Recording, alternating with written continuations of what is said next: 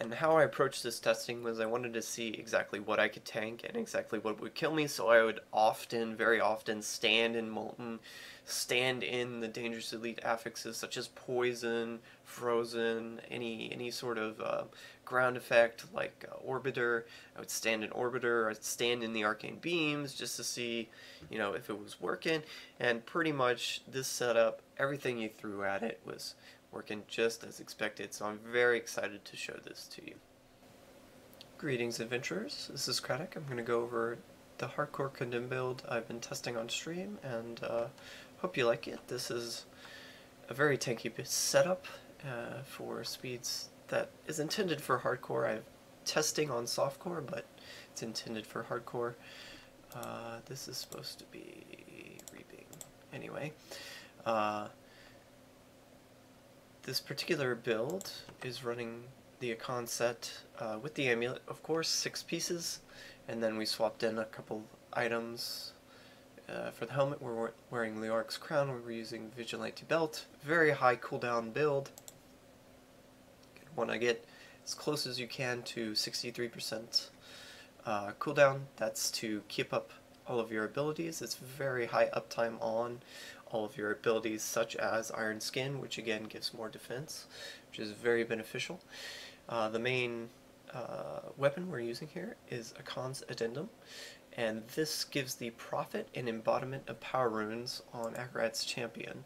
So it gives increased regen, extra armor, and a second life. And then we're using the Rally rune, which reduces cooldowns on our other abilities, which means these will be up so much more often, and you'll be able to basically use the extra regen here and the extra uptime on Provoke to keep up your resource throughout the Rift. For movement, we have the Wings of Angels passive. This functions as 2 things, actually.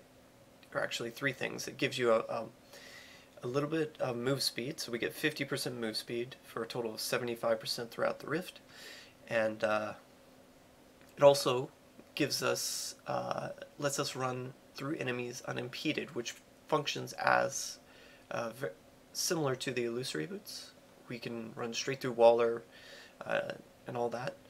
The caveat here, I'm going to say, if you're running this on hardcore, you're going to want to prioritize that cooldown, because once you swap into this, you're dependent on the uptime of this ability to be able to run through Waller and such, so you want very high uptime of this ability. And as you can see here, I'm at 62% cooldown, and I still have like a second or a second and a half worth of gap in between where I wouldn't be able to run through enemies, which is kind of dangerous in hardcore. So you're going to want max cooldown as much as possible if you're running this configuration. You can always, if you're lower on cooldown, use the illusory boots instead, and you can swap out the Leoric's crown temporarily. That is a little bit more dangerous still, because you have lower uptime on, say, Iron Skin, so keep that in mind. Multipliers, we have the Blade of Prophecy, which gives us extra Condemn explosions and multiplier. Frighter's Wrath gives us no cooldown on Condemn, extra multiplier. So those are our big ones. And then we're using Nims for extra pylon spawns. Very nice. For defense, very important in a hardcore build. I found that because this build takes a long time on the Rift Guardian, you have to be able to tank any Rift Guardian in the game. So I did quite extensive testing, trying to get all the Rift Guardians to see which attacks would kill me, and I found that I needed both the Esoteric Ulceration and the String of Ears to be able to survive all Rift Guardian attacks on hardcore. That's just a byproduct of having to slot the Akkann's Addendum. I mean, with Furnace, you can basically burn down the Rift Guardian so quick he, can't kill you, but with the Akkann's Addendum, you're there longer in the fight, so you have to be able to sustain the attacks. And that's what these 2 items are giving us the toughness to do. On top of that, of course, the higher uptime on steel skin. We also have the defense from the... Oh, it does. 6-piece. Take 50% less damage. Okay, so this gives damage reduction as well. We're also using the unity in the cube in combination with your follower's unity and a follower token. Don't forget that. You have to have those two things. Follower cannot die, and your unity token. Other follower important ones to have is the Oculus Ring, and Thunder Fury helps. In my opinion, it slows the attack speed of attackers, which is nice on the RG as well. In combination with your Provoke, Too Scared to Run, also reduces the attack speed of enemies. This ability is great for resource regeneration, Wrath Regen, or Wrath Recovery, rather, and it also functions as slows the attack speed of attackers. So when you click on a pylon spawn, cast Provoke after that, because you have all these, sometimes they spawn like Lacuni slashers that are very fast attacking melee, and sometimes they come with the fast attacking mod on the elite affixes, so they can deal quite a bit of damage if you're just standing there. So having this ability to slow their attack speed helps out quite a bit with incoming damage for this particular build. We also have, I forgot to mention, Laws of Hope also function as, it gives life per second, but it also gives a nifty small like 100k shield, which actually comes into play in this particular build because we're using the Molten Wilderness Gizzard. So whenever you haven't taken damage, you're going to get 200% of your total life per second as an absorb shield. So we're slotting a lot of life per second in this particular setup. Not necessarily on gear, but through skills and otherwise, we're going to have a lot. So the Gizzard gives quite a bit of life per second. And then we also have life per second from the Templar's healing ability, here Loyalty. And then we also have Smite Reaping, which gives 6,000, but stacks up to 4 times. So this is like 24,000-ish, maybe 26,000 life per second just here. And then you might have life per second on your boots. I guess I should have rolled that Blessed Shield damage off, whatever. But you might have life per second on your boots in this setup, which would be advantageous to have because it would give you a bigger shield. Anyway, it comes out to about, you know, a decent sized shield to have for buffer as far as incoming chargers or explosions. It will protect you against those sort of things. If you get vortexed into a frozen, for example, the shield will protect you, which is quite nice. But the life per second itself helps out with recovery. A lot of recovery in this build, of course, health recovery. We're also using the Holy Cause passive. So the life per second is like the passive recovery, health recovery, which helps out more if you're just running around getting hit by like Lacuni bombs or ranged missiles or any sort of thing that would hurt you where you're not being able to deal damage back. That's where that would help out immensely. But it also helps out just when you're standing and fighting too. You also have Holy Cause, which when you deal damage, you deal holy damage, you restore a percentage of your life. And since we're condemning so many enemies, and we're also, again here, the Holy Rune on Smite, also helping us proc this passive, we're able to restore our health as we're in combat a lot easier. Indestructible, let's go over the passives. Indestructible, fairly required in this setup for the double life passive. Remember, we do have the Prophet Rune, and the cool thing about increased cooldowns in this build is that even if you do proc, your Prophet will, Akkah's champion will come off cooldown quick, like within 15 seconds it will be off cooldown, and you'll get that second life back. So you can actually, a lot of the time, you can just stay in combat, maybe run into a corner, wait for Akkah's champion to come off, and then you'll be good to go again. We've got Heavenly Strength here, required to be able to hold that two-hander. Long Arm of the Law, also required. I'd say these three are required. and then Holy Cause is just there for the extra damage and healing.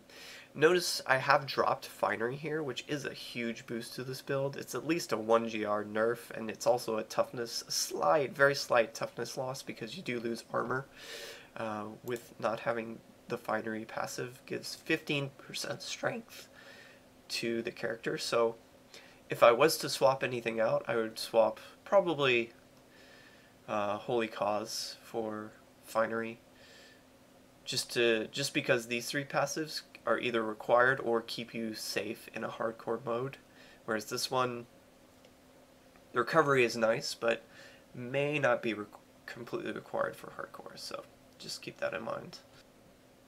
So let's quickly go over affixes. You're going to want a lot of cooldown on weapon, shield, gloves, shoulders, diamond in the helmet, the belt, and then the 2 rings. Should get you up to 63%. I don't advise going below 61. That would probably be very dangerous to try in hardcore. So you definitely want to make sure, prioritize those cooldown rolls. Even if you don't have crit or crit hit damage on your items, make sure you have the cooldown with this build.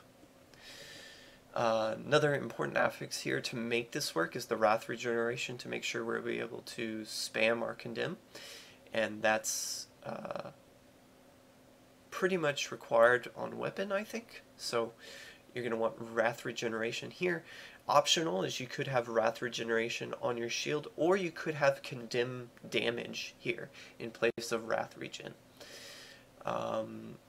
Condemn damage on chest, or elite damage reduction on chest. So there's an option here. I'd say if you have Wrath Regen on your shield, I'd go with the Condemn damage on your chest, and vice versa. If you have elite damage reduction on your chest, go with Condemn damage on your shield. Just to sort of balance things out. And of course Condemn damage on the shoulders as well. You can go Vite or All Resist on the shoulders. You want Holy on the amulet, Holy on the bracer, and then crit and crit hit damage wherever possible. You know, bracers, gloves, amulet, rings. Perfect rings would be crit hit damage. And an interesting thing here is with the strength on the weapon, it's a very good roll. You could also have % damage with this build, in particular because we don't have Finery, so if you happen to give a % damage weapon instead of a strength weapon, that is okay for this build. Just keep in mind that if you are to use Finery, you would want a strength weapon instead. Strength roll there on your weapon.